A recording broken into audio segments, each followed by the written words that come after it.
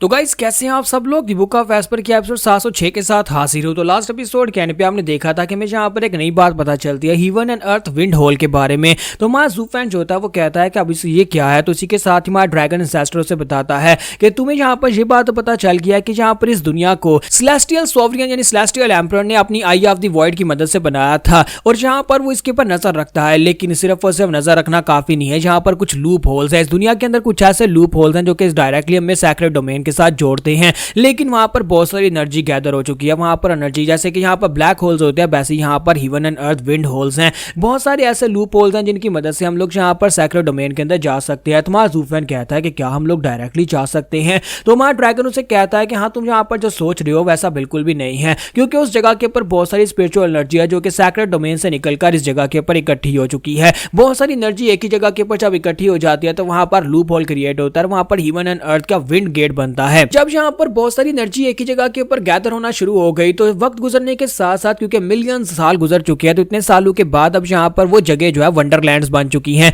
जैसे कि तुम यहाँ पर ये कह सकते हो कि वो एक अलग दुनिया बन चुकी है। वहां पर एक छोटी छोटी स्मॉल वर्ल्ड्स बन चुके हैं, लेकिन कुछ दुनियाएं जो बहुत ज्यादा खतरनाक है। उनमें से कुछ दुनिया ऐसे हैं जहां पर हम लोग जा सकते हैं। एक तो ये है, जैसे कि तुम यहाँ पर ये देख पा रहे हो, मुझे जिस प्रिजन के अंदर रखा गया इस वक्त, तुम जिस केव के अंदर हो, ये भी यहाँ पर वैसी ही एक लूप होल है। एक लूप होल जिसके अंदर मैं इस वक्त ट्रैप हूँ, लेकिन ये लूप होल जो है इसकी एनर्जी जो है बाकी सभी से काफी ज्यादा अलग है। हालांकि ये भी एक अलग दुनिया की तरह है, लेकिन इसके बावजूद यहाँ पर खतरा बहुत ज्यादा कम है। बहुत सारी ऐसी जगह है जहां पर इंसान जा भी नहीं सकते, क्योंकि इंसानों के लिए वहां पर जाना पॉसिबल नहीं है। लेकिन अगर तुम ये सोच रहे हो कि हम लोग डायरेक्टली यहाँ पर सैक्रेड डोमेन में जा पाएंगे, तो ये भी पॉसिबल नहीं है, क्योंकि वहां पर एनर्जी इतनी पावरफुल होती है कि उस एनर्जी बैरियर को तोड़कर दूसरी जगह पर यानी सैक्रेड डोमेन में जा पाना पॉसिबल नहीं है। उसके लिए फिर भी हमें यहाँ पर इस दुनिया के बैरियर को तोड़ना पड़ेगा, तभी हम लोग उस जगह से, उस लूप होल से दूसरी तरफ जा पाएंगे। लेकिन यहाँ पर लूप होल्स का मकसद उस जगह से दूसरी जगह जाना नहीं है, बल्कि उन लूप होल्स के अंदर इकट्ठी हुई एनर्जी को यूज करना है। हम लोग उन लूप होल के अंदर यानी उन वंडरलैंड्स के अंदर जितनी एनर्जी इकट्ठी हो चुकी है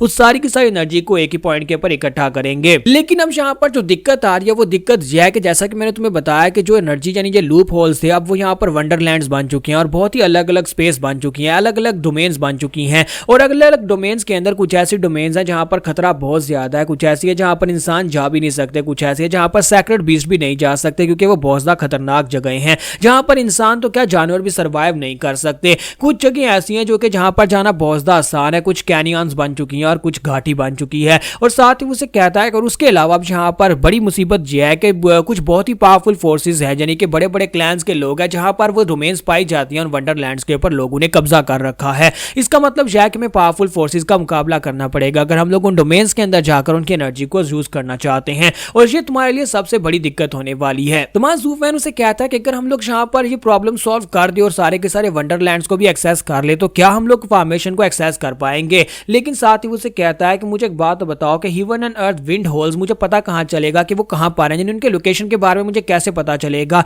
अब ये तो नहीं है कि मैं इस पूरे कॉन्टिनेंट के ऊपर घूमना शुरू कर दूं और जहां पर एक एक करके उन्हें ढूंढना शुरू करूं, क्योंकि ये कॉन्टिनेंट भी काफी ज्यादा बड़ा है। तो ड्रैगन उसे कहता है कि तुम्हें परेशान होने की जरूरत नहीं है, मैंने यहाँ पर सारी की सारी तैयारी पहले से मुकम्मल करके रखी हुई है। हालांकि अब मैं यहाँ पर इस केव के अंदर ट्रैप हूं, लेकिन वो वक्त भी था जब मैं यहाँ पर बाहर आजाद घूम रहा था, यानी कि जब मैं आजाद घूम रहा था। हालांकि मेरे पर हर रोज ठंडर इलेक्ट्रिसिटी गिरती थी, लेकिन इसके बावजूद मैं दुनिया घूम रहा था ताकि मैं यहाँ पर अपने बाहर निकलने का रास्ता ढूंढ सकूं। तब मैंने यहाँ पर 8 अलग अलग जगहों के ऊपर 8 वंडरलैंड्स की निशानदही की थी। इसी के साथ ही वो अपना नाखून आगे बढ़ाता, मैं ज़ूफैन के माथे के अंदर वो सारी नॉलेज डाल देता और उसे कहता है कि मैंने यहाँ पर तुम्हें वो नक्शा दे दिया है। मुझे टोटल 8 जगहों के बारे में पता है, 8 वंडरलैंड्स के बारे में मुझे पता है, जो कि यहाँ पर इन निशानों के ऊपर है। तुम्हें इन जगहों के ऊपर जाना होगा, वहां पर जाकर उनका कंट्रोल हासिल करना होगा और उन सभी की एनर्जी को यूज करने लायक बनाना होगा। तुम्हारा ज़ूफैन उसकी बात सुनने के बाद, उस नक्शे को देखने के बाद हंसना शुरू कर देता है और उसे कहता है कि क्या तुम्हें लगता है कि यहाँ पर इस नक्शे को पढ़ने के बाद कोई जाकर उस वंडरलैंड को ढूंढ पाएगा।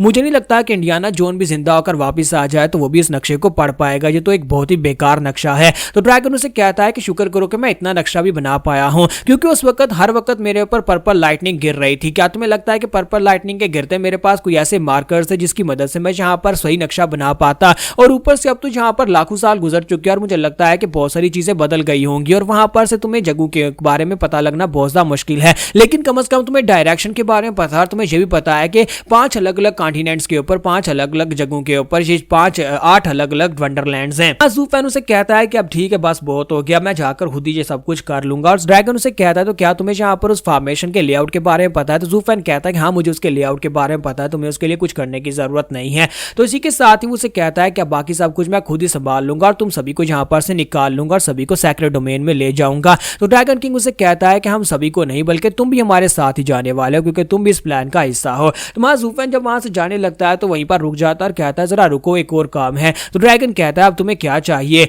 मैं जहां पर जीलिन से कह दूंगा जो भी तुम्हें चाहिए होगा वो तुम्हें प्रोवाइड कर देगा और तुम्हारे साथ पूरी तरह से कोऑपरेट करेगा। तो वहां जूफैन कहता है कि नहीं, ये काम जीलिन वाला नहीं है। और इसी के साथ ही वहां जूफैन अपनी रिंग को ओपन करता है और क्यावर को बाहर निकालता है और उसे कहता है कि ये मेरी बेटी है, ये एक थंडर फीनिक्स लार्क है। और जहां पर जीलिन से फाइट करते वक्त उसने अपनी फायर के साथ इसके ऊपर अटैक किया था। जब से इसके ऊपर अटैक हुआ है तब से ये बेचारी इसी तरह जख्मी है। चाहे मैं यहाँ पर इसके ऊपर कोई सी पीली क्यों ना यूज कर लूं, लेकिन ये बेचारी हील नहीं हो पा रही, इसकी यही हालत है। तो ड्रैगन जो होता है जब उसकी तरफ देखता है, उसे करीब जाकर देखने के बाद कहता है लड़के इसकी लाइफ सोर्स जो है वो तो एनर्जी की है, यानी स्पिरिट बीस्ट बॉडी है। और सिर्फ इतना ही नहीं है बल्कि इसके पास तो यहाँ पर हमारे सैक्रेड बीस्ट में से एक सैक्रेड बीस्ट जिसे हीवन क्लीविंग थंडर फीनिक्स कहते थे, जो कि अब मर चुका है, उसकी पर्पल लाइटनिंग की पावर इसके पास है। और सिर्फ इतना ही नहीं है बल्कि कुनपैंग ने इसकी एक स्पिरिचुअल विजडम को भी अवेकन किया है। मुझे लगता है कि उसने अपनी जो अज़ूरे फ्लेम है वो इसकी बॉडी के अंदर डाली होगी, तभी तो इसे यहाँ पर अवेकनिंग मिल पाई है। तो मां जूफैन उसे कहता है कि हाँ ये बात वाकई में सच है, ये पर्पल लाइटनिंग कैनियन के अंदर पैदा हुई थी। मैं इस अंडे को अपने साथ लेकर गया था क्योंकि ये पर्पल